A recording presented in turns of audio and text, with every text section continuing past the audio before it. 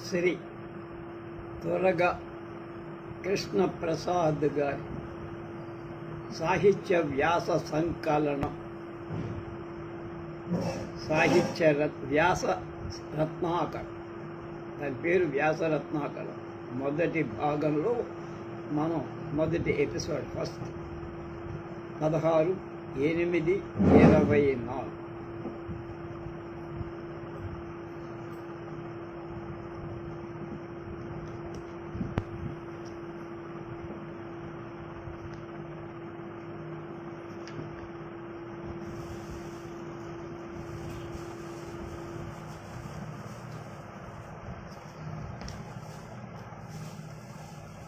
దీనిలో వాల్మీకి హృదయాన్ని గురించి కప్పగంతు రామకృష్ణ, శంకర రమణీయ కవిత చిర్రావూరి శివరామకృష్ణ శర్మ, రఘువంశ రసహేళ గురించి ప్రాచార్య శలాక రఘునాథ శర్మ, వాగర్ధా వివసంపృక్తౌ కాళిదాస కుమార సంభవం నుంచి డాక్టర్ ధూళిపాళ అన్నపూర్ణ, కేక పొన్నపల్లి శ్రీరామారావు, భవభూతే శిఖరిణి నిరర్గళ తరంగిణి తీకుమళ్ళ వెంకటప్పయ్య, దింగ్నాభుడు కుందమాల భారతి, భారవి కిరాత్మజునీయం శ్రీ మాడ్గుల ప్రఫుల్ల, బాణుడు కాదంబరి బుడిసు వెంకటేశ్వరుడు, భాస నాటక చక్రం భారతి ఉన్నాయి. ఇప్పుడు మొదట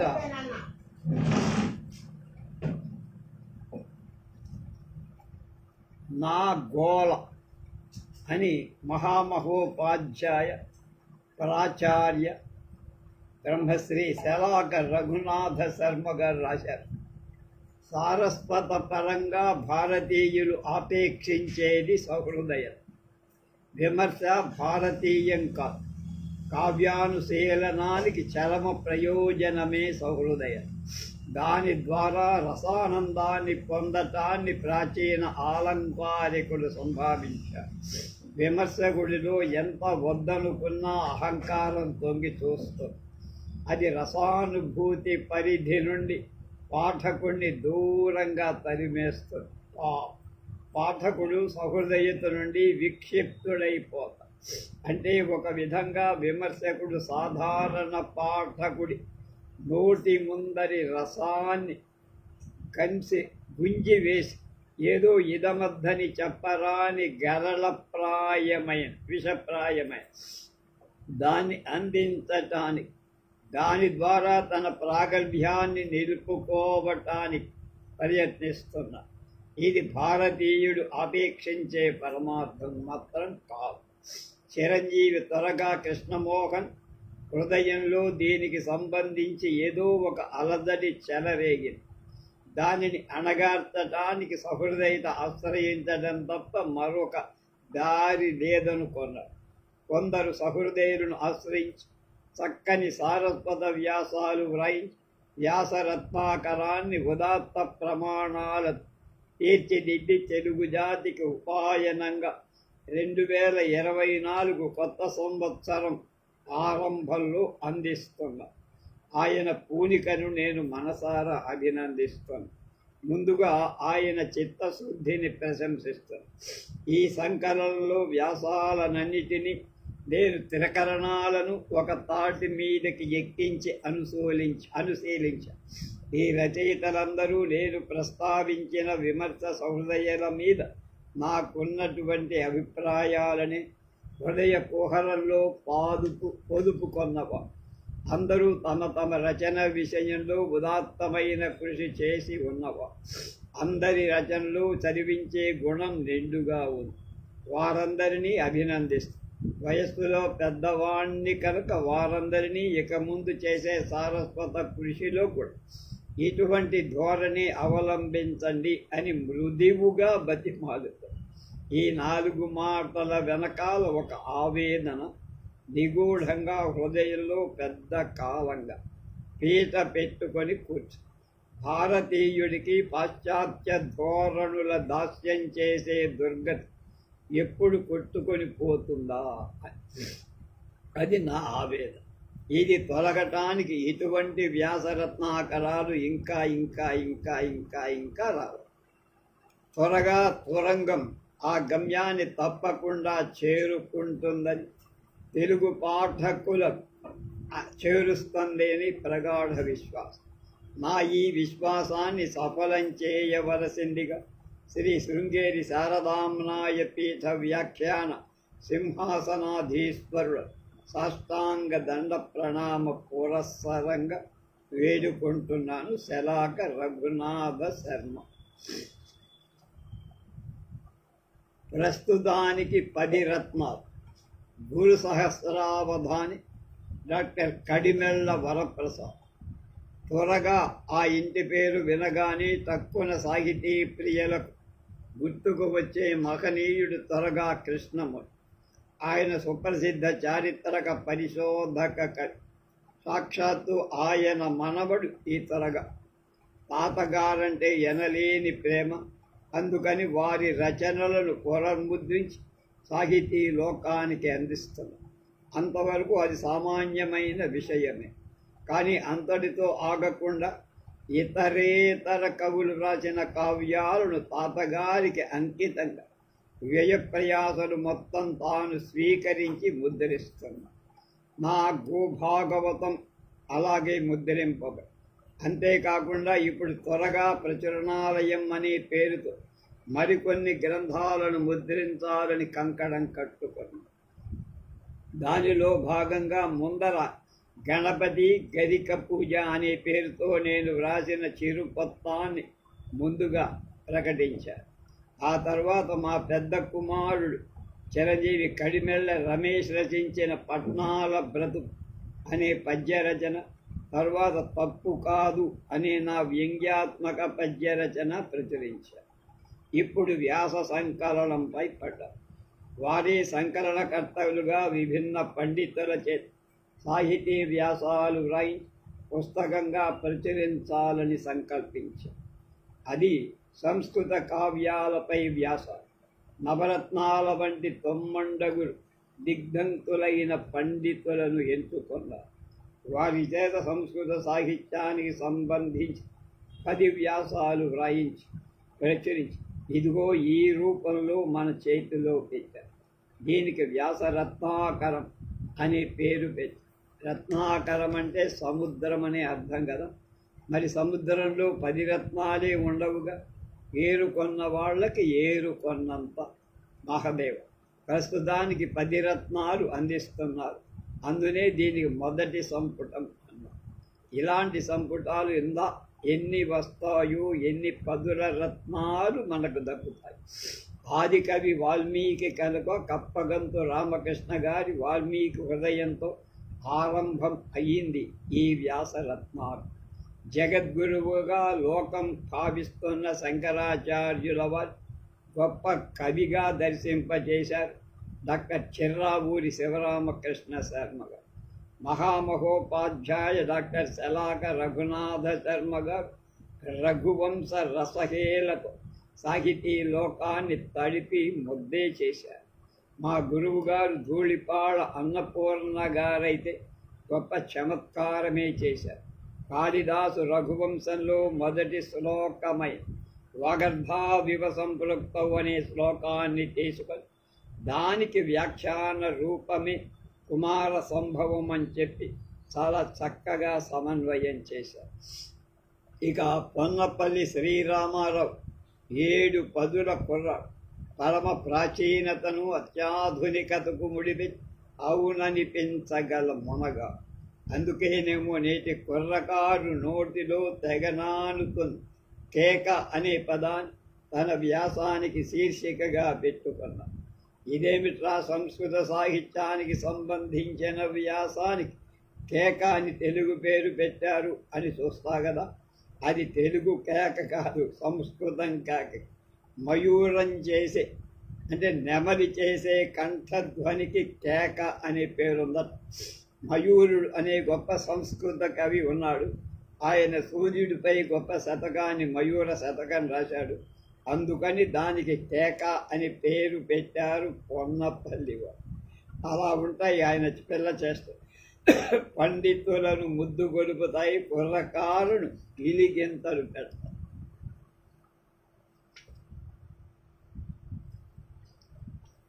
డాక్టర్ టేకుమళ్ళ వెంకటప్పయ్య గారు భవభూతే శిఖరిణి నిరర్గళ తరంగిణి అని వారి వ్యాసానికి పేరు పెట్టి, ఇదేమిట్రా తెలుగు వారికి సంస్కృత సాహిత్యాన్ని పరిచయం చేద్దామని ఉద్దేశంతో ఈ సంకలనం తీసుకొస్తుంటే ఈయన సంస్కృతంలోని వ్యాసం రాసేశారా? ఎంతమందికి అర్థం అవుతుందనుకొని లోపలికి వెళ్తే అది తెలుగు వ్యాసం. భరతమాత వేషం వేసుకున్న తెలుగు తల్లిలా కనిపించింది ఆ వ్యాసం. అదో తమాష. 7వ వ్యాసం దింగ్నాగుని కుందమ, అలాగే 10వది భాస నాటక చక్రం. ఈ 2 వ్యాసాలు భారతి గారి కలం నుండి జాలువ. వైదిక క్రియాకలాపాలలో బ్రహ్మ పురోహితు, మరి సాహితీ కార్యకలాపాలలో బ్రహ్మణి పురోహితురాలు కదా భారతి. సంభావన అందుకుంటున్నప్పుడు అందరికంటే పురోహితుడికి రెట్టింపు ఇవ్వ, దానికి పురోహితుడికి రెట్టింపని పేరు. పుచ్చుకోవటంలో కాదు, ఇవ్వటంలో కూడా ఆ రెట్టింపుతనం చూపించాలిగా. అందుకని భారతి గారు 2 రత్నాలు అందించారు. 8వ రత్నాన్ని ఆచార్య మాడ్గుల ప్రఫుల్ల గారు, దాని పేరు భారవీ కిరాతార్జనీయం అని పేరుకు తగ్గట్టుగా బుద్ధిలో వికసత్వం, అది వ్యాసంలో స్పష్టమవుతుంది. అలాగే సహా విదధీత సక్రియా నక్రియాం అన్న శ్లోకాన్ని ప్రథమ ఉదాహరణంగా అని, అంటే తొందరపడి ఏ పని చెయ్యొద్దు అని అర్థం. నిజంగా ఈ ఒక్క శ్లోకం నేటి తరం కంఠస్థం చేసి నిత్యం మననం చేసుకుంటే చాలు. జీవితమైన వైకుంఠ పాడులు ఎన్ని పాములు ఎదురైనా తప్పించుకుంటూ నిచ్చెనలు ఎక్కుదు చివరికి పరమపద సోపాన్ని చేరుకోగల. 9వ వ్యాసం బ్రాహ్మణుడు కాదంబరి. దీనిని అందించిన వారు కవి పండితులు గుడిసు వెంకటేశ్వరుడు. బాణోచ్ఛిష్టం జగత్సర్వం, జగత్త్రయం కూడా. కాదంబరి రసాస్వాది ఆహారోపిన రోచతే అనే వాక్యద్వయాన్ని ఉదహరిస్తూ ప్రారంభి ఆ 2 వాక్యాలు అక్షర సత్యం అని నిరూపిస్తూ నడిపించారు మొత్తం వ్యాసం. బాణోచ్ఛిష్టం జగత్సర్వం అంటే బాణుడు చెప్పిందే ప్రపంచంలో ఎక్కడైనా ఉందని, యది హాస్తి తదన్యత్ర అని అలాంటి పేరు భారతానికి కూడా. మళ్ళీ బాణరచనకు మాత్రమే అంతటి గౌరవం దక్కింది. కాదంబరి అంటే కళ్ళు, మద్యమనే అర్థం. మద్యపానం చేస్తుంటే ఆహారం మీదకి మనసు ఎలా పోదో, కాదంబరి కావ్యాన్ని చదువుతుంటే కూడా ఆహారం మీదికి దృష్టి పోదు. కారణం అది సుఖవంతమైన మత్తునిస్తుంది, అది ఆనందకరమైన మత్తునిస్తుంది. ఆ మత్తు నిలబడిన వాడిని పడగొడుతుంది, ఈ మత్తు పడిపోయిన వాడిని తిరిగి నిలబెడుతుంది. 2 మత్తులలో ఎంత గమ్మత్తు. సంస్కృత ఆంధ్రాలను చదివే నేటి తరం వాళ్ళకి నేనొక మంచి సూచన చేస్తాను. ఈ 10 వ్యాసాలు 1కి 10 సార్లు చదవండి. ఇందులోని శ్లోకాలన్నీ కంఠస్థం చెయ్యాలి. అయితే చెప్పిన చోట చెప్పింది చెప్పకుండా ఉపన్యసించటం మొదలుపెట్టారు. భావిలో మంచి వక్తలైపోతారు. నేటి యువజనాలు మంచి వక్తలుగా, పండితులుగా తయారయ్యేందుకు వీలు మార్గదర్శనం లాంటి ఒక చక్కని సంకలన గ్రంథం అందించారు త్వరగా కృష్ణ కుమార్ గారు. మాన్యులు, సమ్మాన్యులు, ధన్యులు.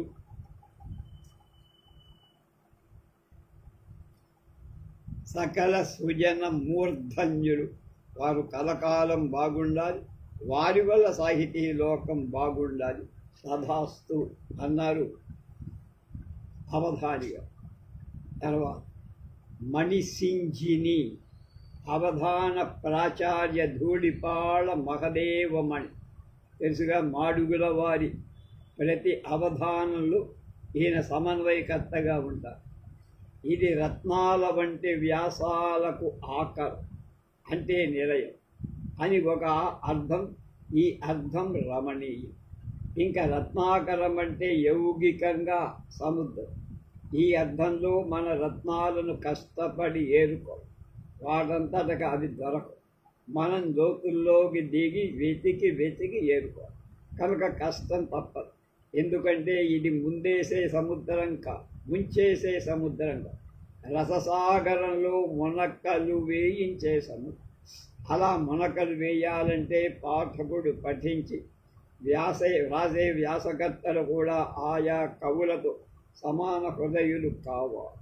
అలా కవి మనస్సులో ప్రవేశించి అనుభూతి చెంది దాని అక్షరబద్ధం చేస్తేనే వ్యాసాలకు న్యాయం జరుగుతుంది. దానికోసం ఎక్కువ సమయం పట్టినా పర్వాలేదు అనుకో. 2-3 రోజుల్లో వ్రాసి పడేయాలి అని కాక 2 వారాలు పట్టినా కవి హృదయాన్ని అందించాలనే దీక్ష, దానితో పాటు తన అనుభూతి కూడా అందించాలనే తపన ఉండాలి వ్యాసం రాసేవాడు. అంతేకాదు రచయిత తన బుద్ధి కుశాగ్రత చూపించడం ధ్యేయం కాకుండా హృదయ అసాగ్రిమను పంచాలి అనే ధ్యేయంతో ఉంది. లేకపోతే తన బుద్ధి నైశిత్యంతో పాఠకుని దారి మళ్లించినట్టు కాదు. నిజానికి ఒక గ్రంథ సమీక్షా సారాన్ని అందించటం కంటే స్వతంత్రంగా మరీ ప్రక్రియ అయినా వ్రాయటం సులువు, తేలికని నా అభిప్రాయం. సమాజ శ్రేయస్సుకి సహృదయ రచయిత బాధ్యత ఎంతగానో. ఈ త్వరగా కృష్ణకుమార్ గారు ఈ వ్యాస నవకాన్ని చేసిన సంకల్పం సామాన్యం కాదు, యోగ్యున్నే ఎన్నుకున్నారు. మొదటి సంపుటంలో 10 ఇస్తున్నారు. అలాగే సారస్వత వరీవర్ష నడుంకట్టి అమూల్యమైన ప్రాచీన గ్రంథాలలో అనేక విషయాన్ని, సంస్కారాన్ని, మహత్తర సంప్రదాయాన్ని, యథార్థ సంఘటనల్ని, నేటి సమాజానికి అనువైన భాష, అనుకూలురైన కవి విమర్శక పండిత వరేణ్యుల రచనా విన్యాసాలు అందిస్తున్న వ్యాస గంగా భగీరథులు అని చెప్పగలరు.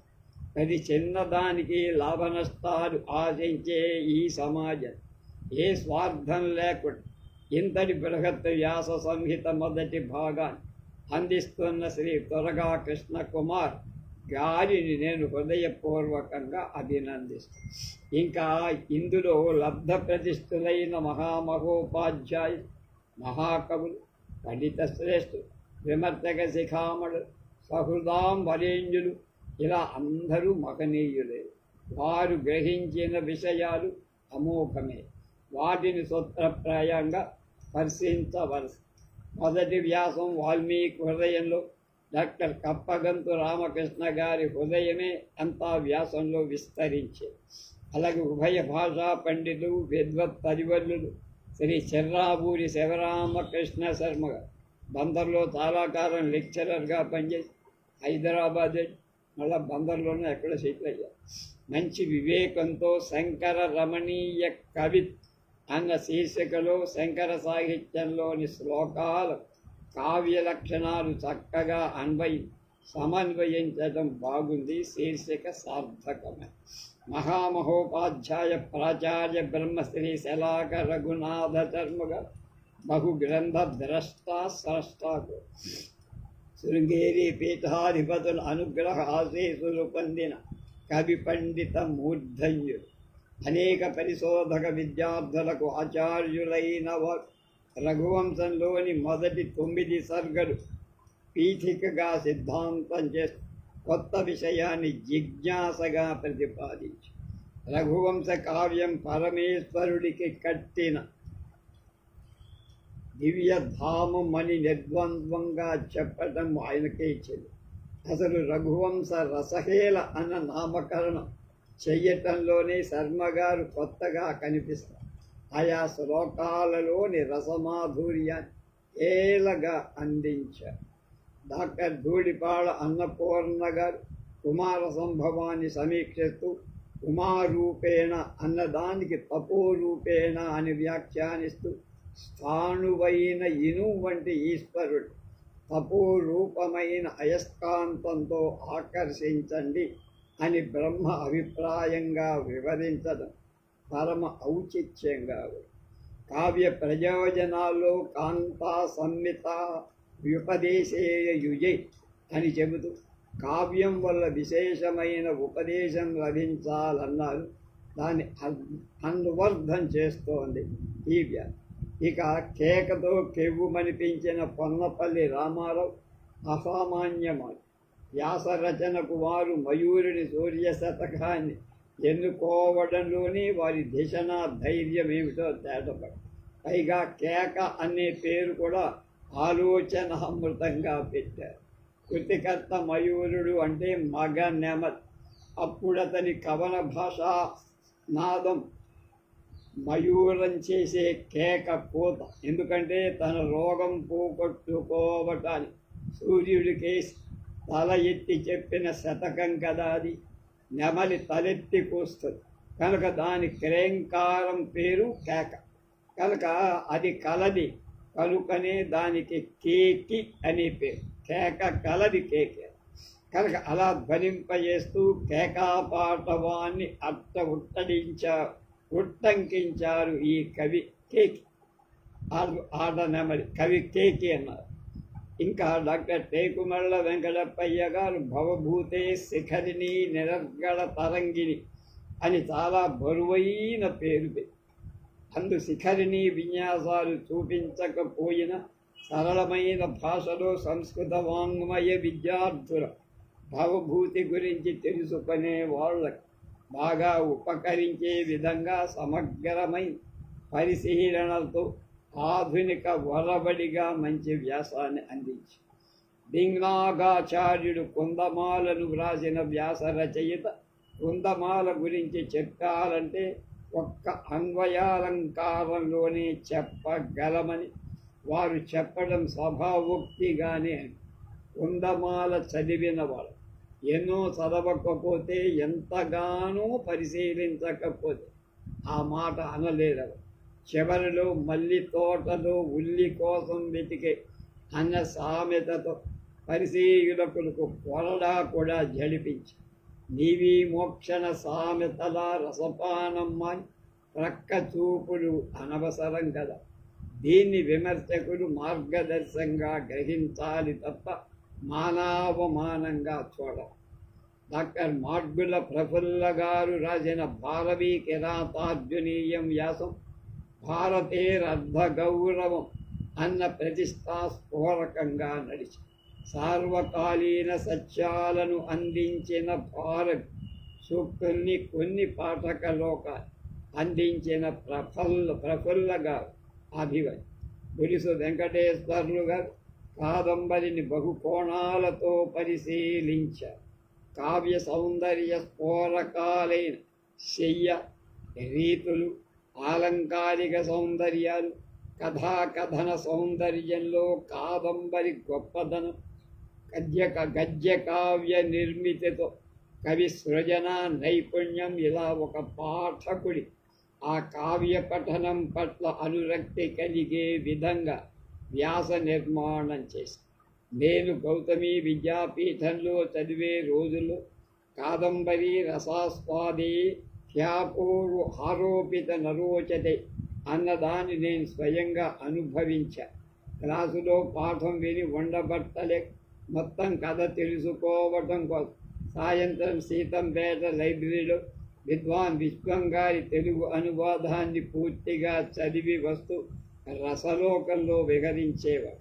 పుండరీకాదుల వర్ణన మొదలైన అనేక ఘట్టాలు కంఠస్థం చేశారు కూడా. అంతటి కాదంబరి వైభవంపై ఎన్ని వ్యాసాలు రాయించినా సరిపోదనిపిస్తుంది. శ్రీ బులిసువారు తమ పరిధిలో గొప్ప వ్యాసాన్ని పొందుతారు. హాస నాటక చక్రంలో భారతి గారు పంచారాత్రాన్ని సమీకరిస్తూ నాటకం అన్న ప్రక్రియను తన ఎడం చేత్తో ఆడించిన కవి భాసకవి అన్న ఒక్క మాట చాలు రసహృదయులైన త్రిపఠి శివుడు ముందుకు ఉరకడాను. భీముడు వదిలిన బాణానికి ద్రోణుడి అనుమతి లేకపోవడంతో భీముడే బాణం కంటా ముందుగా పరిగెత్తుకు వెళ్ళి దాన్ని పట్టి తిరిగి తెచ్చారు. అన్న శ్లోకంలోని అలంకారాన్ని పరామర్శిస్తూ ఈ వ్యాస రచయిత ఈ సాధ్యమా అని సామాన్యులకు సందేహం రాకుండా భీముడు వాయుపుత్రుడుగా అన్న ధ్వని వ్యక్తం చేయించారు.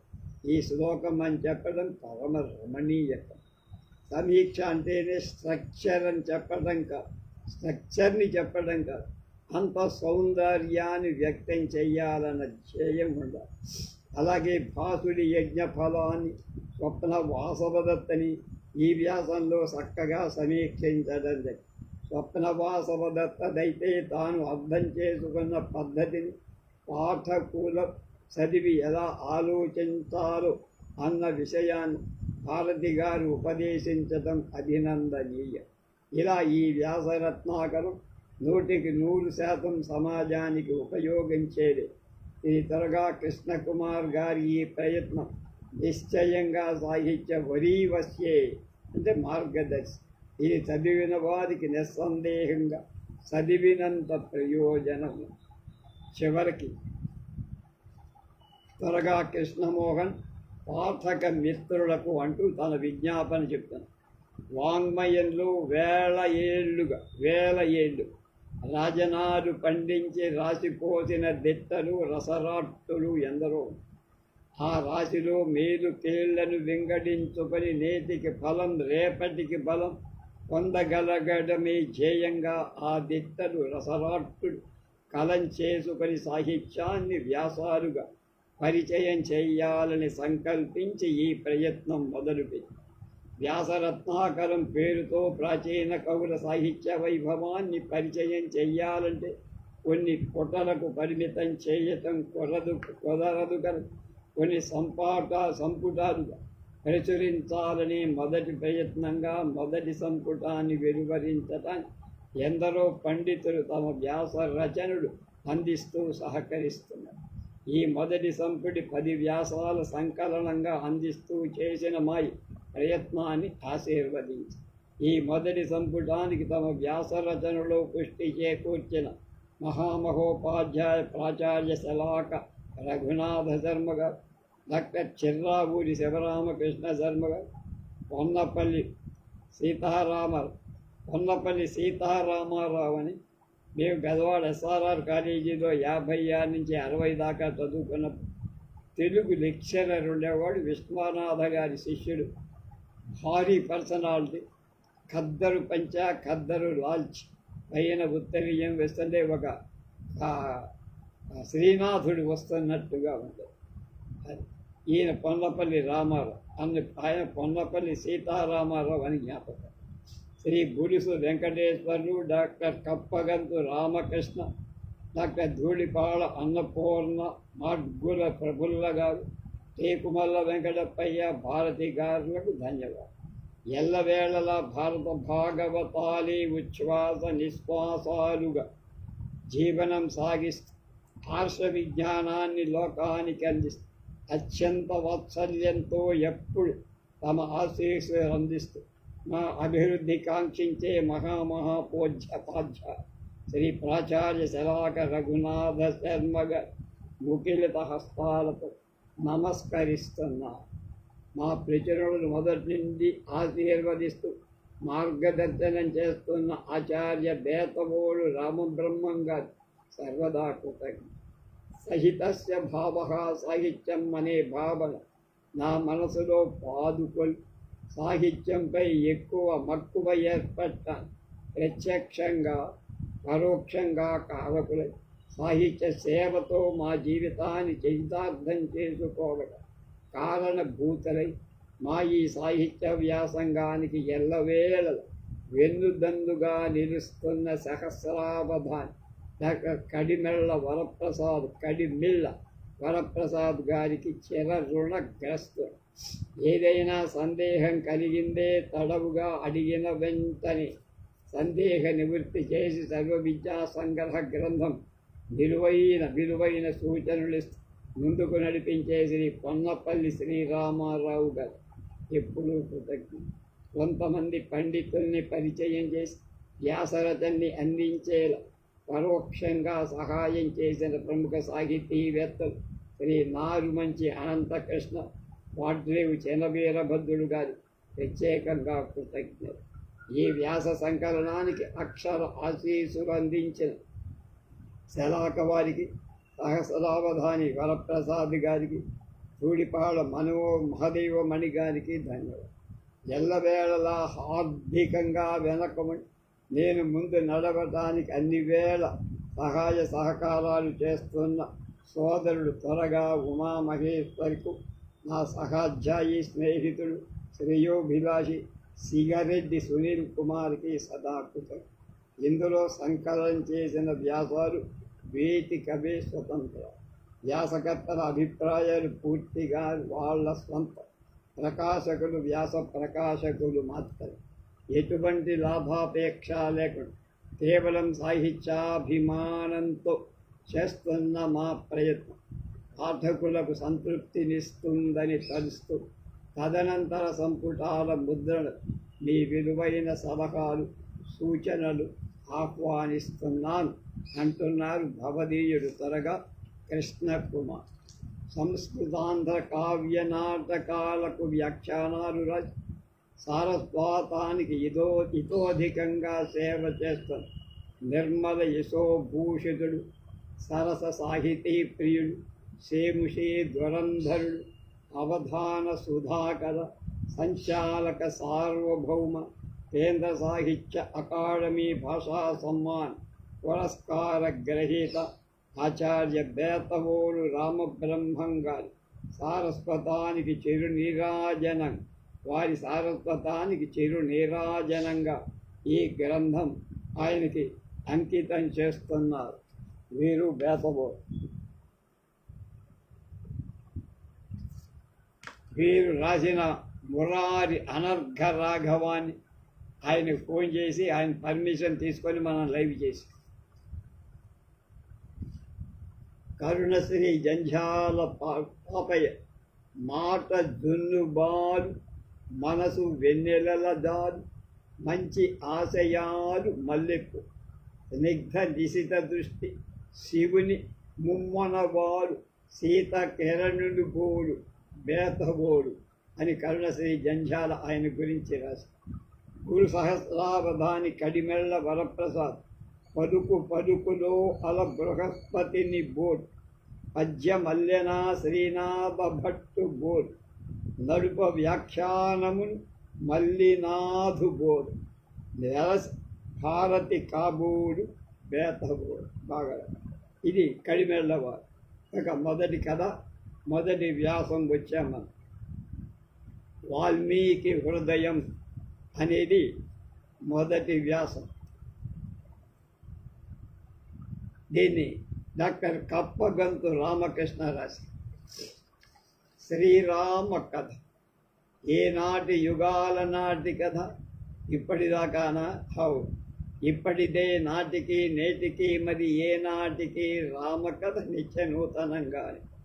ప్రపంచవ్యాప్తంగా లిపి ఉన్న ప్రతి భాషలో రామాయణం అక్షరాకృతి పొంది, కేవలం వాగ్రూపంలో ఉన్న భాషల్లో కూడా రామకథ జానపద సాహిత్యంగా ప్రకాశిస్తాయి. గత 1000 ఏళ్ల కాలంలో మన దేశంలో కొన్ని వందల రామాయణాలు వచ్చాయి. రామాయణం వెలువడని భారతీయ భాష అంటూ లేదు.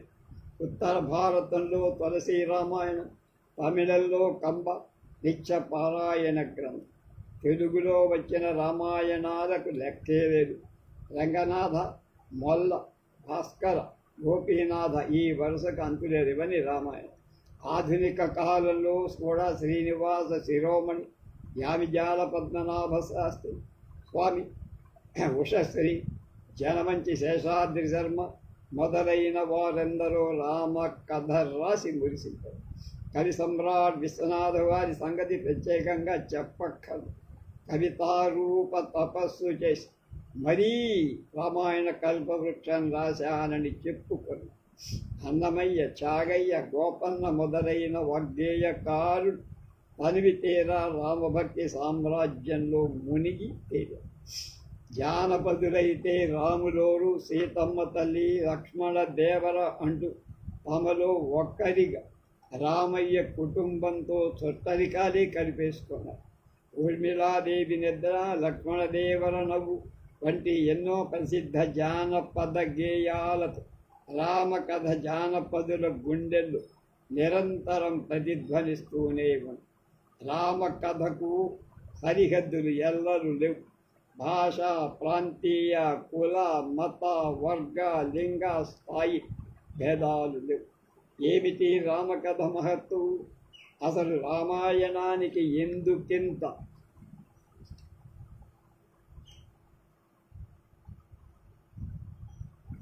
ప్రాచుర్యం వచ్చింది? రామాయణ కథ రాసిన కవి అంత గొప్పవాడా? ఆయన ప్రత్యేకత ఏమిటి? యజ్ఞయాగాదులు చేశాడా? పురాణాలు ఉపోసన పట్టాడా? అసలు ఈ కథ రాయాలని ఆయనకెందుకు ఆలోచన? ఈ ప్రశ్నలన్నిటికీ ఒక్కటే సమాజంలో అడిగంటి కోసం సనాతన ధర్మాన్ని సముద్ధరించటానికి ఓ జీవుడు పడిన ఆవేదన అక్షర రూపం, ధర్మం పునాదిగా రామకథ రూపుదిద్దుకుంది. ఎవరా జీవుడు? ఆయనే వాల్మీకి. ఆయన ఎక్కడివాడు? జీవిత చరిత్ర ఏమి? జన్మ ఏమి? ఇటువంటి విషయాల మీద అనేక చర్చలు సంఘంలో ఉన్నాయి. ఇప్పటికీ ఈ విషయాల గురించి పరిశోధకుల మధ్య ఏకాభిప్రాయం లేదు. వదిలేద్దాం. ఎక్కడి వాడైనా, ఏ చరిత్ర కలవాడైనా ప్రపంచ చరిత్రలు కొత్త శకాన్ని సృష్టించిన ప్రతిభా సంపన్నుడు వాడు. మూగదైన పక్షి పడిన ఆవేదన తనదిగా భావించాడు. ధర్మ మార్గం విడిచిన యావజ్జాత్ ఆవేదనగా భావించాడు.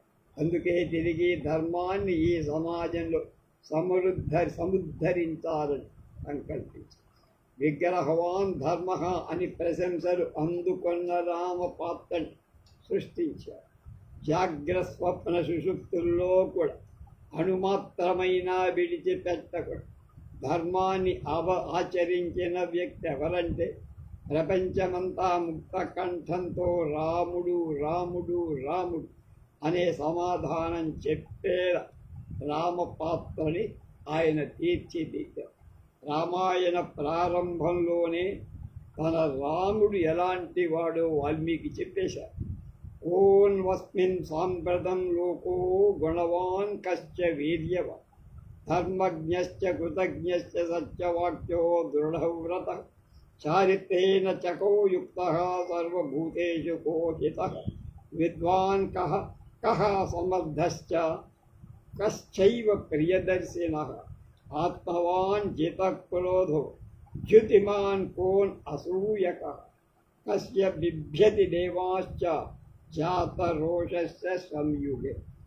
గుణవంతుడు, వీర్యవంతుడు, ధర్మవర్తనుడు, కృతజ్ఞత కలవాడు, సత్యవాక్యాలు పలికేవాడు, నిశ్చల బుద్ధున్నవాడు, సత్ప్రవర్తన కలవాడు, అన్ని ప్రాణుల మీద దయ ఉన్నవాడు, విద్వత్తున్నవాడు, సకల కార్య నిర్వహణ సమర్థుడు, చూపులతోనే సంతోషాన్ని కలిగించేవాడు, ఆత్మవంతుడు, క్రోధం లేనివాడు, ప్రకాశవంతమైన వర్చస్సు కలవాడు, అసూయ లేనివాడు, దేవతలకు కూడా గౌరవప్రదమైన వాడు, పౌరుష పరాక్రమాలు కలిగినవాడు. ఎన్ని సుగుణాల రాశి కనుకనే రామయ్య లోకారాజ్యుడై తన కథానాయకుడిని మేలిమి గుణాల కలయికగా తీర్చిదిద్దాడు వాల్మీకి. ఇక్కడే వాల్మీకి హృదయ ఔన్నత్యం మనకి అర్థమవుతుంది. సాహితస్య భావః సాహిత్య, సమాజానికి మేలు చేకూర్చేది సాహిత్యం అని ఆర్యులు అంటారు. ఊహా జగత్తులో విహారం చెయ్యకుండా సమాజ సముద్ధరణకు ఎలాంటి సాహిత్యం కావాలి, అచ్చంగా అలాంటి సాహిత్యాన్ని ఉత్తమమైన కథానాయకుడి పాత్ర ద్వారా సృష్టించాడు వాల్మీకి. అందుకే వాల్మీకిది సామాజిక హృదయం. ప్రజల హృదయం ఏమిటో వాల్మీకి హృదయం. మాటలతో కాకుండా చేతలతో తన కథానాయకుడిగా ధర్మాచరణ చేయించారు. సర్వే జ్ఞానోపసంపన్నాః సర్వే సముదితా గుణైః తేషాం అపి మహారాజా రామः సత్యపరాక్రమः ధనుర్వేదేన నిరతः పితుః శుశ్రూషతే రతः. తన కథానాయకుడు సత్యపరాక్రమం కలవాడు కావాలని వాల్మీకి కోరుకున్నాడు. ప్రపంచంలో మరీ ఇతర కవి ఈ భావాన్ని కోరుకోలా, చెప్పలా, అలా ఆ ఉద్దేశంతో రాయలా ఏ కావ్య. మనిషికి ఎంత పరాక్రమము, అతడు సత్యధర్మాలకు అనుగుణంగా తన పరాక్రమాన్ని ప్రదర్శించాలి. ఎంతటి యోధుడైన తల్లిదండ్రుల సేవ వదిలిపెట్టదు. ఇది వాల్మీకి యొక్క సత్య హృదయం. జయించడానికి దేవతలకు కూడా వీలు పడని గొప్ప రాజ్యం అయోధ్యకు రాజైన సాక్షాత్తు మహావిష్ణు స్వరూపమని తోటివాడు ప్రజలంతా తనను కొలుస్తున్న ధర్మరక్షణలో కేవలం సాధారణ మానవుడిగానే రాముడు ప్రవర్తించి ఆత్మానం మానుషం మన్యే రామం దశరథాత్మజం. నేను సామాన్య మానవుడు రా బాబు, దశరథ మహారాజు కొడుకుని అని మాత్రమే దేవతలకే రాముడు చెప్పాడు చివరిలో. అంటే యుద్ధం తర్వాత ఎంత ఎత్తుకు ఎదిగినా ఒదిగి ఉండాలనే తత్వం వాల్మీకి. తన రాముడిని అలాగే తీర్చిదిద్దాడు. సమాజ సభ్యుడిగా సాటి మానవులతో ఎలా మెలగాలో ఆచరించి చూపించాడు. అందుకే వాల్మీకిది మానవ హృదయం అన్నా నేనంటున్నారు. ప్రియాతి ప్రియమైన భార్య వియోగ దుఃఖంలో ఉన్న శరణు వేడిన సుగ్రీవుడికి అభయం ఇచ్చి యుద్ధ ప్రణాళిక రచనలో తలములకలైన ఆశ్రయం కోరి వచ్చిన విభీషణుడికి శరణాగతి ప్రసాదించి వాళ్ళు వీళ్ళు అనే భేదం లేదు. అభయం సర్వభూతేభ్యో దదామి ఏతద్వ్రతం మమ. నా దగ్గరికి శరణు అంటే వాడికి ఏ కులం వాడా, ఎక్కడి వాడా, ఏమిటా, శత్రువా మిత్రుడా, ఇది ఆలోచించకుండా అభయం ఇచ్చే వ్రతాన్ని నేను తీసుకున్నాను. ఇది నా నియమం అని చెప్పారు. వాల్మీకి హృదయం భూత దయకు నిలయం. లేకపోతే క్రౌంచ పక్షుల దుఃఖాన్ని తానెందుకు అనుభవించాలి? అది తీరు రాముడి పాత్రలో కూడా కలిగింది. వనవాసానికి బయలుదేరిన కుమారుడికి కౌసల్య చేసిన హితబోధ సవై రాఘవ శార్దూల ధర్మస్వామభిరక్ష. రమా ధర్మాన్ని కాపాడమని చెప్పిందే కానీ అరణ్యంలో తన బిడ్డ ఎన్ని కష్టాలు పడతాడు అని కౌసల్య కన్నీళ్లు కార్చి ఏడవల. ఎందుకంటే తన బిడ్డని శార్దూలా అని సంబోధిస్తుంటేనే ఆ బిడ్డ అతడి పరాక్రమం ఏమిటో గుర్తు చేసింది. కనుక ఎంతటి కష్టమార్గమైన ధర్మం వదలకయ్యా. సింహంలాగా పులిలాగా నిలవ. జలస్థానంలో జరిగిన విధ్వంసాన్ని రావణుడు ఆగ్రహోదగ్రుడై సీతాపహరణ విషయంలో తనకు తోడు రమ్మని మారీచుణ్ణి అడుగుతా. రాముడి శక్తి సామర్థ్యాలు ఎంతటివో రుచి చూసిన వాడు ఇదివరకే మారీచు. అందుకే రామో విగ్రహవాన్ ధర్మ సాధు సత్యపరాక్రమ రాజా సర్వలోకశ్చ దేవానాం వివవాసం.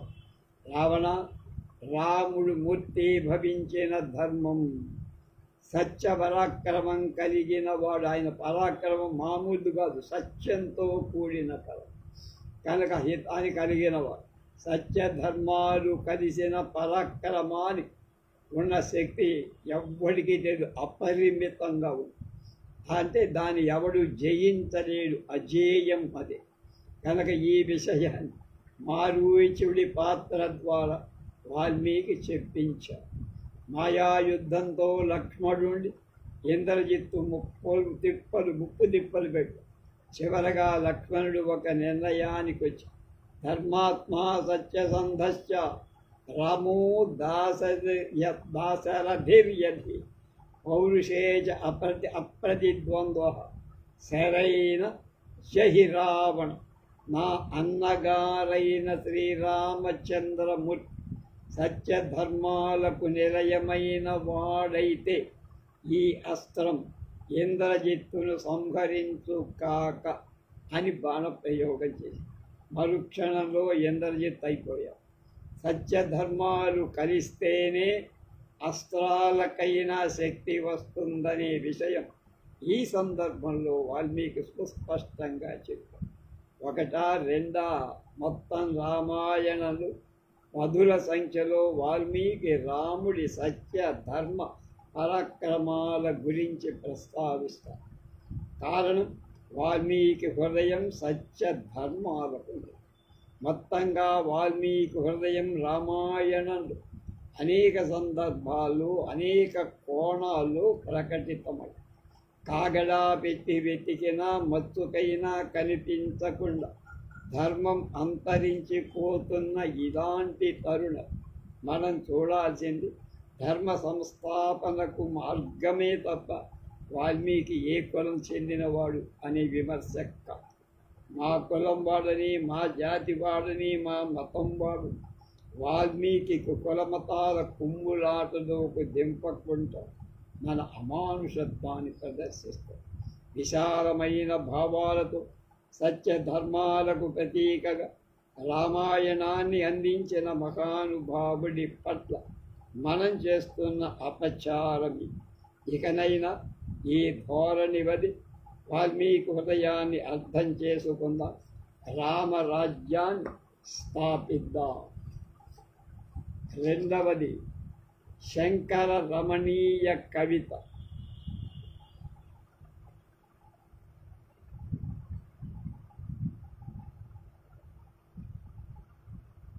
దీని డాక్టర్ చిర్రావూరి శివరామకృష్ణ గారు జగద్గురు శంకర భగవత్పాదాచార్యుల వారు గొప్ప. వారిలో చాలా గొప్ప తాత్వికుడు ఉండటం చేత వారి సంస్కృత కవుల చరిత్రలో రావార్జన స్థానం రాల. శంకర భగవత్పాదులు సౌందర్య లహరిలో తవస్థన్యం మన్యే ధరణి ధరకన్యే హృదయత పయపారావారగా పరివసతి సారస్వతమివ దయావచ్చాదత్తం ద్రవిడ శిశురాస్వాద్య తవయ కవీనాం ప్రౌఢానాం అజని కమనీయ కవయితా. అమ్మా హిమగిరి రాజపుత్రి పార్వతి, నీ పాల హృదయం నుండి హృదయం నుండి వెలువడే క్షీర సముద్రం అని అనుకుంటుంది. సారస్వతం ప్రవహిస్తోందని అనుకుంటుంది. ఆ పాల్లో దయగల నీవు ఈ ద్రావిడ శిశు శంకరాచార్యుడికి ఇచ్చావు. నీ పాలు తాగి పెరిగిన వాడిని. అవి త్రాగి ఈతడు ప్రౌఢుడైన కవులలో రమణీయమైన కవిత రాసే కవి అయ్యాడమ్మా అన్న. దీని చేత వీరి కవిత ప్రౌఢ కవుల కవితలు కమనీయంగా ఉంటుందని కవయే అంటే శంకరాచార్యులు గారి చెప్పు.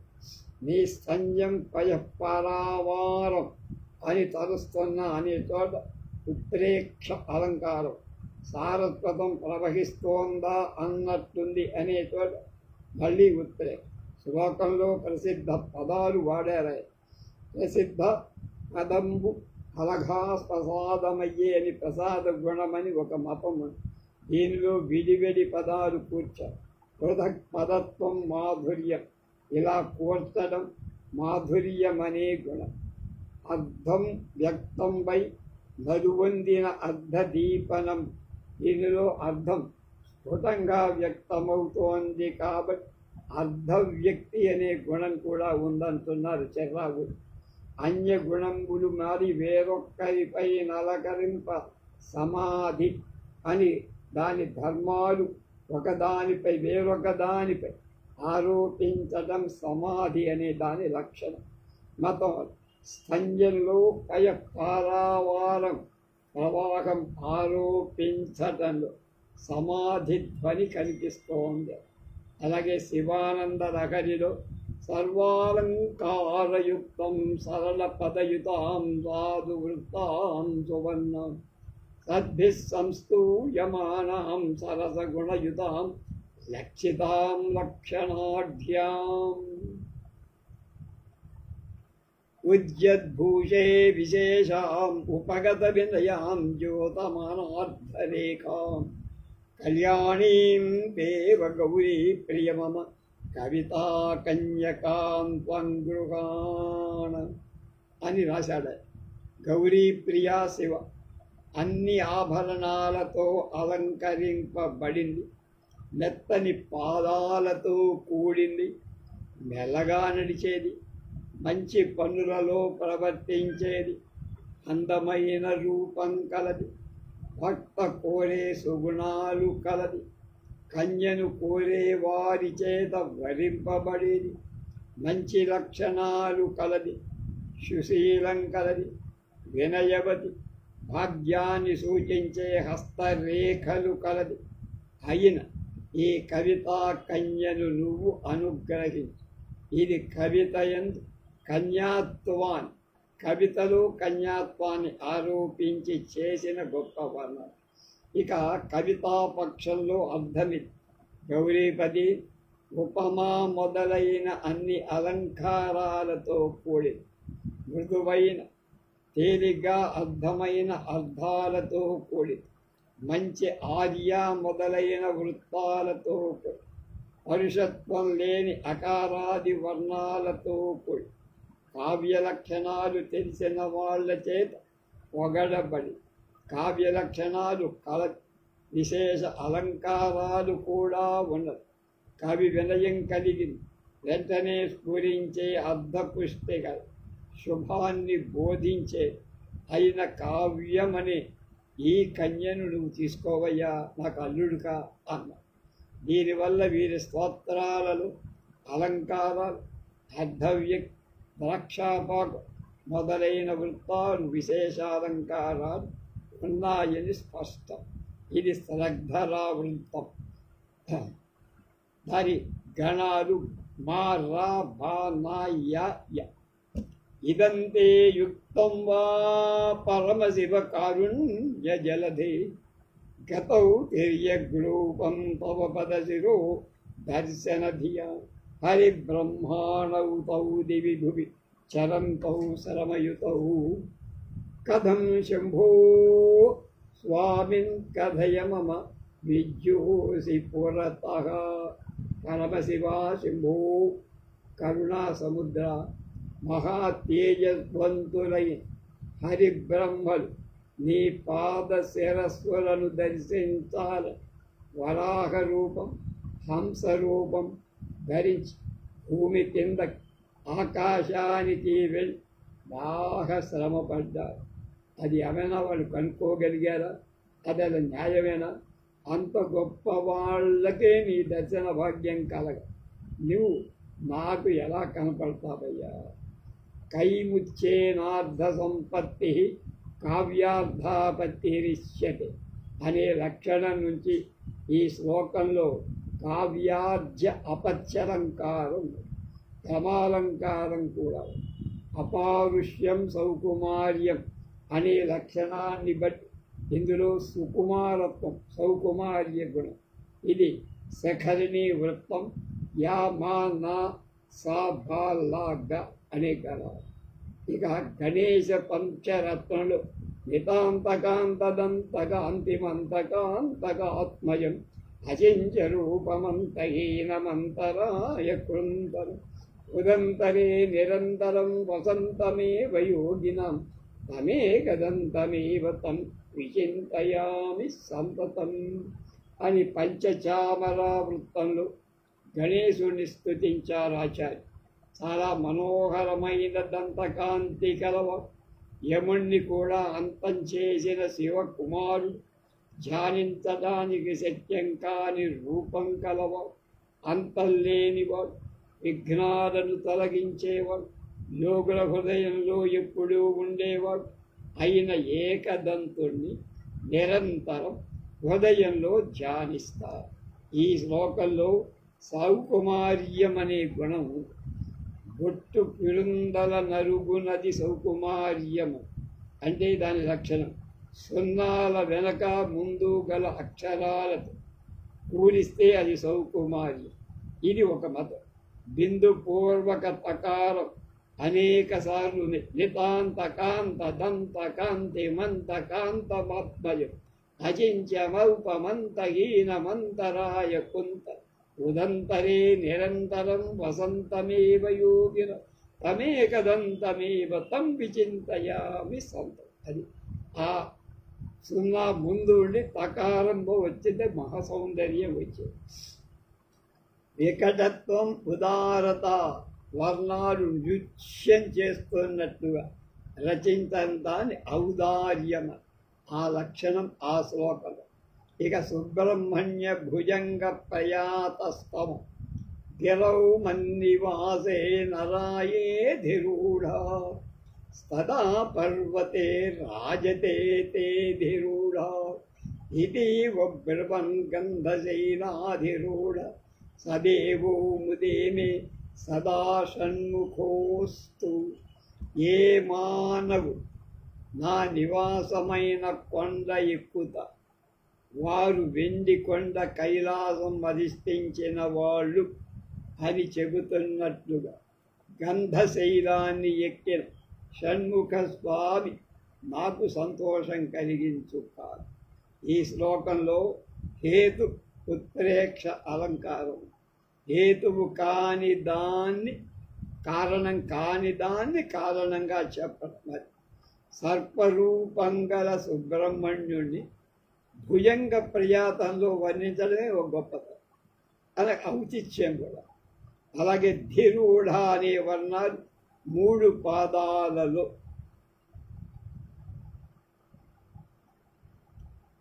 గిరౌ మన్నివాసే నరా ఏధిరూఢ సదా పర్వతే రాజతే ధిరూఢ ఇది బ్రువన్ గంధశైలాధిరూఢ సదా సదైవో మున ముదేమే సదా షణ్ముఖే వస్తు. కనుక ఆ 3 పాదాలు అక్కడ తేధిరూఢ అనే దాన్ని ఆయన ఉపయోగించారు.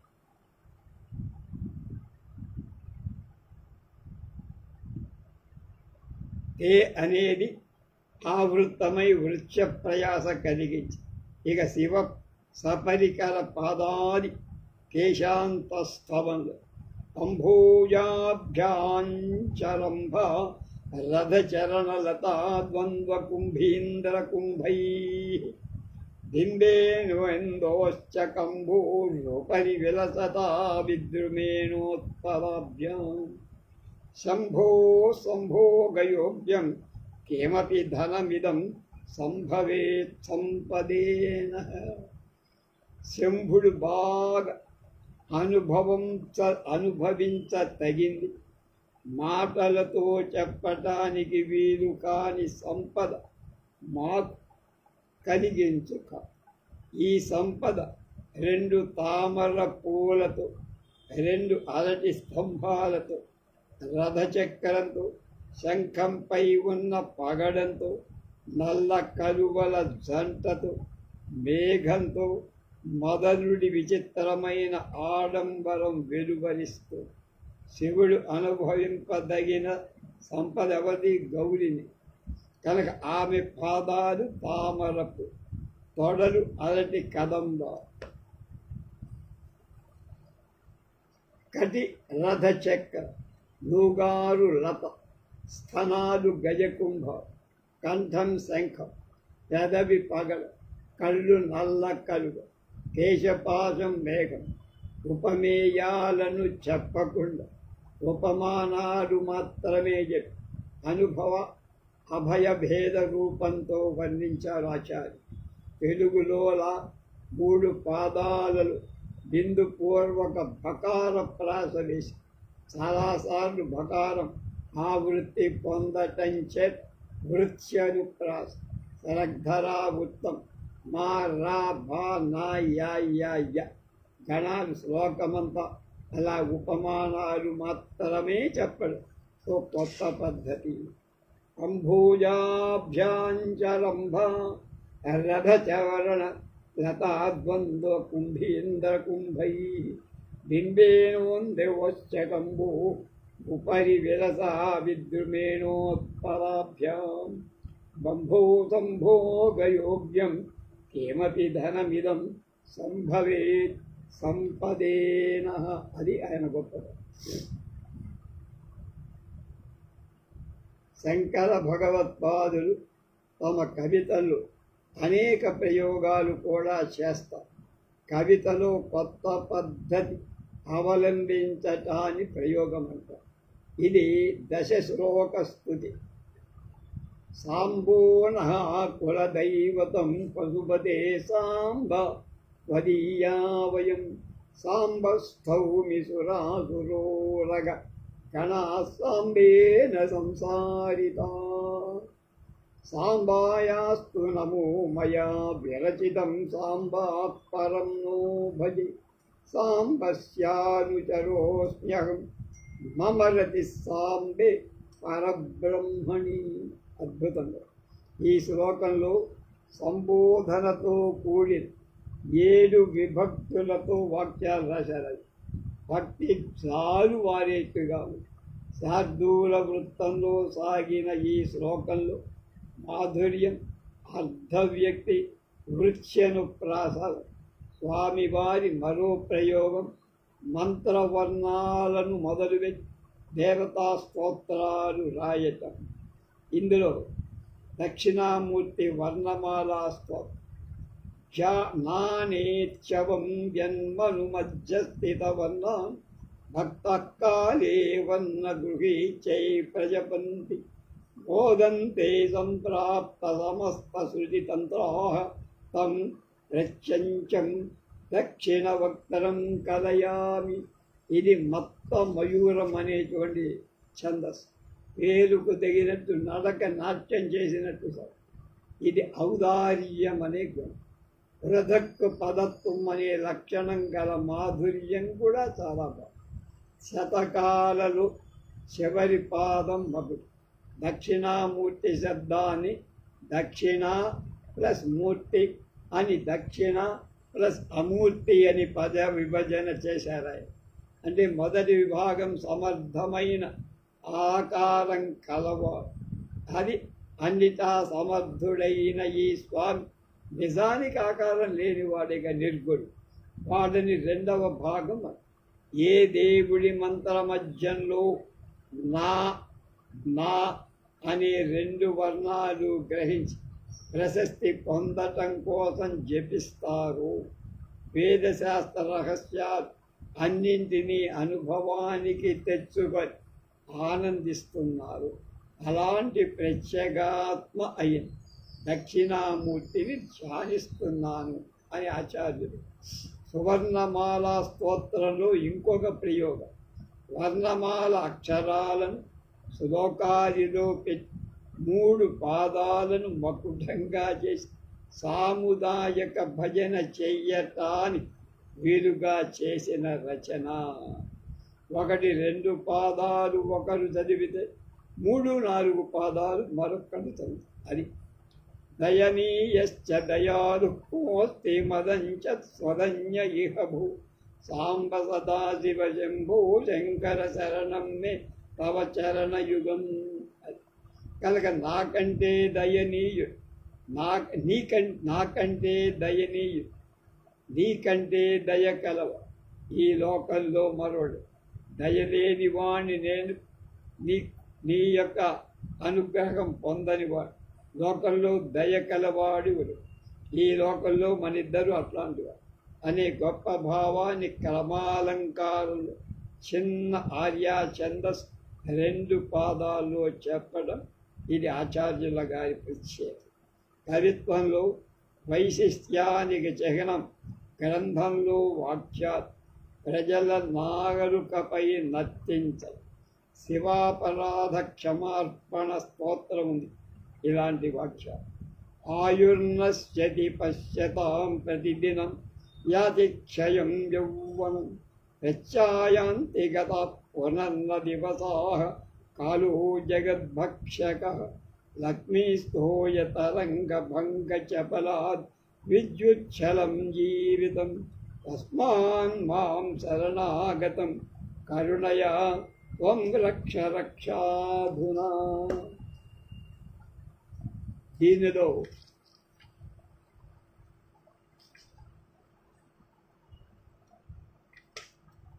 కాలో జగద్రక్షక బాగా ప్రసిద్ధి చెందినది. ఆయుర్నశ్యతి పశ్యతాం ప్రతిగణం విద్యుచ్చలం జీవితం ప్రజ్ఞాయాంతి గతా పునన్న దివసా ఉదహరించుకోదగిన వాక్యాలు. చూస్తుండగానే ఆయువు వెళ్ళిపోతుంది. యవ్వనం నానాటికి క్షీణిస్తుంది. వెళ్ళిపోయిన రోజులు తిరిగి రావు. కాలం జగత్తును తినేస్తుంది. సంపద తరంగాల విచ్చెత్తిలా చపలం, జీవితం మెరకు తీగలా చంచలం. కాబట్టి శరణు వేడిన నన్ను ఇప్పుడే రక్షించు కాప అని ఈశ్వరుణ్ణి వేడుకొని ఈ శ్లోకంలో వైరాగ్యం భక్తి హృదయానికి హత్తుకుంటాయి. శ్లోకంలో మాధుర్య గుణం, అర్ధవ్యక్తి, ధారాశుద్ధి, శంకరుల మానసిక పూజా స్తోత్రాలు లోకంలో బాగా ప్రసిద్ధమైపోయాయి. నిత్యం ఆయా దేవతల భక్తులకి ఉపాసన కలిగిస్తారు. మృత్యుంజయ మానసిక పూజా స్తోత్రంలో ఈ కింది శ్లోకం నిత్య పూజలో ఉపయోగిస్తారు. రాజాన్నం మధురాన్వితం చ మృదులం మాణిక్యపాత్రే స్థితం హింగూజీరక సన్మరీచి మిలితై శాకైరనేకై శుభై సాకం రమ్యగపూప సూపసహితం సజ్జోభృతేనాప్లుతం శ్రీమృత్యుంజయ పార్వతీప్రియ విభూ సా వాపోసనం బుజ్యతాం. ఓ పార్వతీ ప్రియుడ మృత్యుంజయ, రాజాన్నం అనేది మధుర పదార్థాలతో కూడి మెత్తగా మృదువుగా మాణిక్య పాత్రలు, ఇంగువ, జీలకర్ర, మంచి మిరియాలు వేసి శుభమైన కూరలు కూడా ఉన్నాయి. అవి వేసి అప్పాలున్నాయి, పప్పు ఉంది, బాగా కాచిన నేతితో తడిసిన పదార్థాలున్నాయి. వీటిని ఆపోషణంగా గ్రహించి స్వామి, దీనిలో వంటకాల వర్ణనే నూరు. ఆర్య వ్యక్తి ప్రసిద్ధ పదంబుల సంఘ వరఘాప్తి ప్రసాదం వయ్యే అనే లక్షణం చేతి కవిత్వం ప్రసాద గుణం. శివనామావలష్టకం మరో ప్రయోగం. లోకమంతా నామాలే ఉంటాయి, అది సంబుద్ధి రూపంలో ఉంటాయి. శివర మకుటంలో ఉండే జగదీశ రక్ష అని దీనితో వాటికి అన్నిటికీ అన్ని. ఏ చంద్రచూడ మదనాంతక శూలపాణి స్థాణు గిరీశ గిరిజేశ మహేశ చంద్రు భూతేశ భీత భయసూదన మమనాథం సంసార దుఃఖ గగనాత్ జగదీశ రక్షక. శ్రీ మన ఎన్టీ రామారావు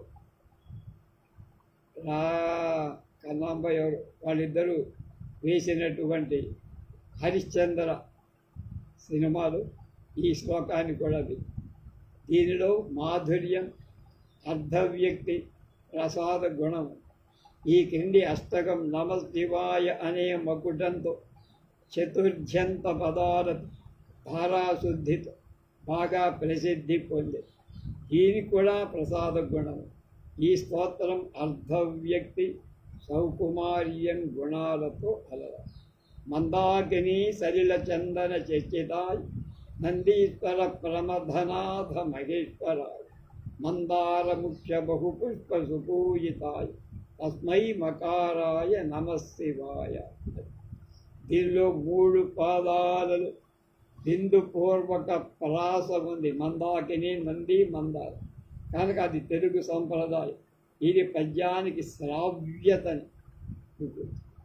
జాత జా గా గా ఉపేంద్ర, వజ్ర తాత జా గా గా ఇంద్ర వజ్ర. ఈ 2 వృత్తాలతో కలిసిన ఉపజాతి వృత్తం ఇందులో.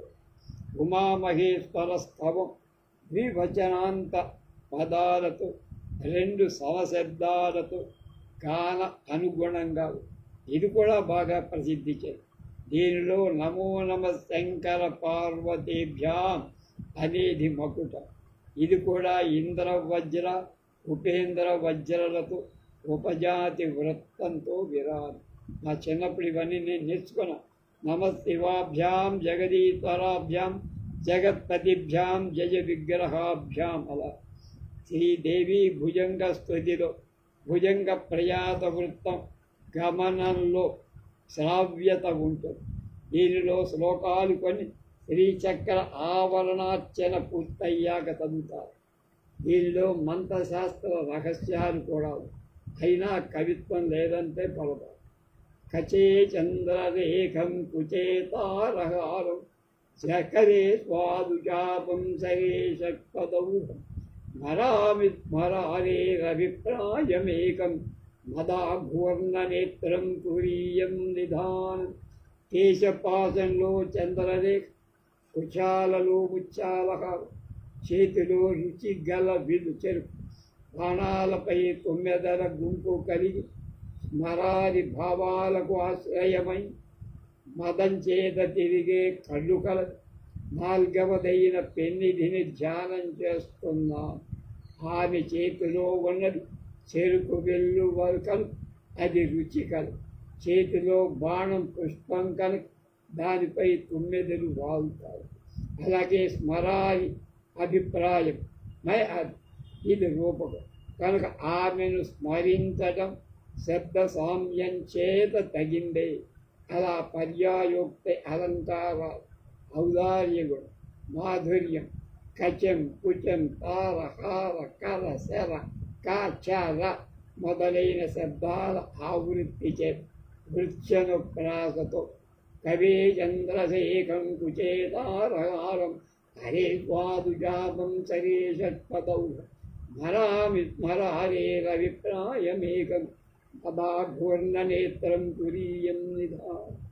అలాగే కావ్యార్థ అపత్యంలో ఆనందలహరీ శ్లోకం అమ్మవారి అద్భుత మహిమను వెల్లడిస్తుంది.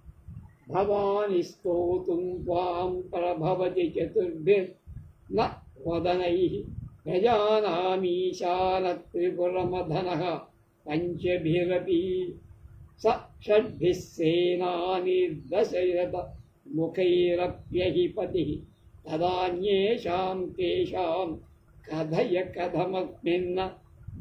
అస్మిన్నవసరః. భవాని 4 ముఖాల బ్రహ్మదేవుడు నిన్ను స్తుతించటానికి శక్తుడు కాదు అంటే చాలుతల్లా. అలాగే ప్రజలను శాసించే త్రిపురాలు 5 ముఖాలతో కూడా స్తోత్రం చెయ్యదు. దేవసేనాని కుమారత్వ ఆర్ముగం ఆ ముఖాలతో స్తుతించరు. ఇక ఇతరులు నీ మహిమను ఎలా వర్ణించగలరు?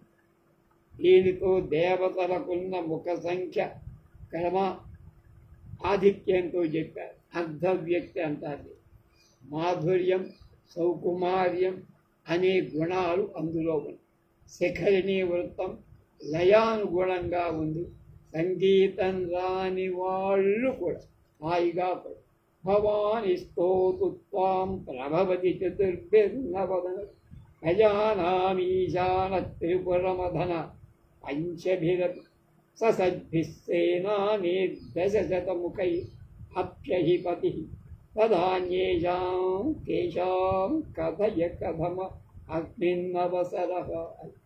చివరగా కనకధార స్వామివారి మరో ప్రయోగం త్రిపుర సుందరి వేదపాదస్తవం. దీనిలో చివరి పాదాలు వేదవాక్యాలే పెట్టారు. చివరగా కనకధార స్తోత్రంలో చిత్రకారుడు వెయ్యలేని చిత్రాన్ని శబ్దాలతో శంకర భగవత్పాదులు చిత్రించిన తీరు చూడమని. ముగ్ధా ముహుర్విదధతి వదనే మురారే ప్రేమత్రపా ప్రణిహితాని గతాగతాని మాలాదృశోర్మధుకరీవ మహోత్పలేయ సామే శ్రియం దిశతు సాగర సంభవాయా. సాగర సంభవమైన లక్ష్మి ప్రేమతో సిగ్గుతో విష్ణువు వంక మాటి మాటికి చూస్తాం. అంటే ప్రేమతో చూస్తాం, సిగ్గుతో చూపులు వెనక్కి వస్తాం. అలా ఆ చూపుల మాల పెద్ద కలువ పైన 9 వాలి వెనకకు వచ్చి గమనాగమనాలు సాగిస్తుంది, వాళ్ళతో పోవటం మళ్ళీ రావడం. కనుక ఆ చూపులు అలాంటి చూపు మా సంపద సిరులను ఇవ్వుగా. దీనిలో అందమైన ఉపమ ఆయన నీలవర్ణుడు కనుక మహోత్పల చూపులను నల్లగా వర్ణిస్తారు కనుక తున్నె. గతాగతాని అన్న చోట చేక అంటు. ఇలా పరిశీలిస్తే శంకర భగవత్పాదుల భక్తి సాహిత్యం శబ్దాలంకార గుణాలు, రమణీయ భావన, కొత్త ప్రయోగాలు, వృత్త సౌందర్యం కాపాడు. భక్తి కవిత కనుక భక్తి రసం ఉంటుందని వేరుగా చెప్పక్కర్లేదు. వైరాగ్యం మొదలైనవి కూడా ఉంటాయి కనుక శాంతరసం కూడా వేదాంత సాహిత్యంలో ఉంది. ఇవన్నీ నిరూపిస్తే అదొక సిద్ధాంత వ్యాసం. కనుక ఇంతకు సంస్కృత సాహిత్యం శంకర్ భగవత్పాదుల కవితలు ఏ మహాకవి కవితలకు కూడా తీసుకోనటువంటివి అని చివరికి తేల్చి చెప్పారు శివరామూరి శివరామకృష్ణ శర్మ. సుందర శబ్దాలతో, సుందర భావాలు, సుందరమైన శైలిలో చెప్పడం అనే కవిత్వం అనే ఆధునిక నిర్వచనం. రమణీయార్థ ప్రతిపాదక శ్రద్ధ కావ్యం అనే నిర్వచనం. తదోషౌ సగుణౌ సాలంకారం శబ్దార్థౌ కావ్యం అనే నిర్వచనం శంకర భగవత్పాదుల కవిత్వ పూర్తిగా అన్వయిస్తాయి అంటున్నారు చిర్రావూరి శివరామకృష్ణ శర్మ. రేపు రఘువంశ రసహేర అనేటువంటిది ఆచార్య శరాక రఘునాథ శర్మ గారు రాసిన వ్యాసం. రేపు మనం దాంట్లోకి ప్రవేశిస్తాం.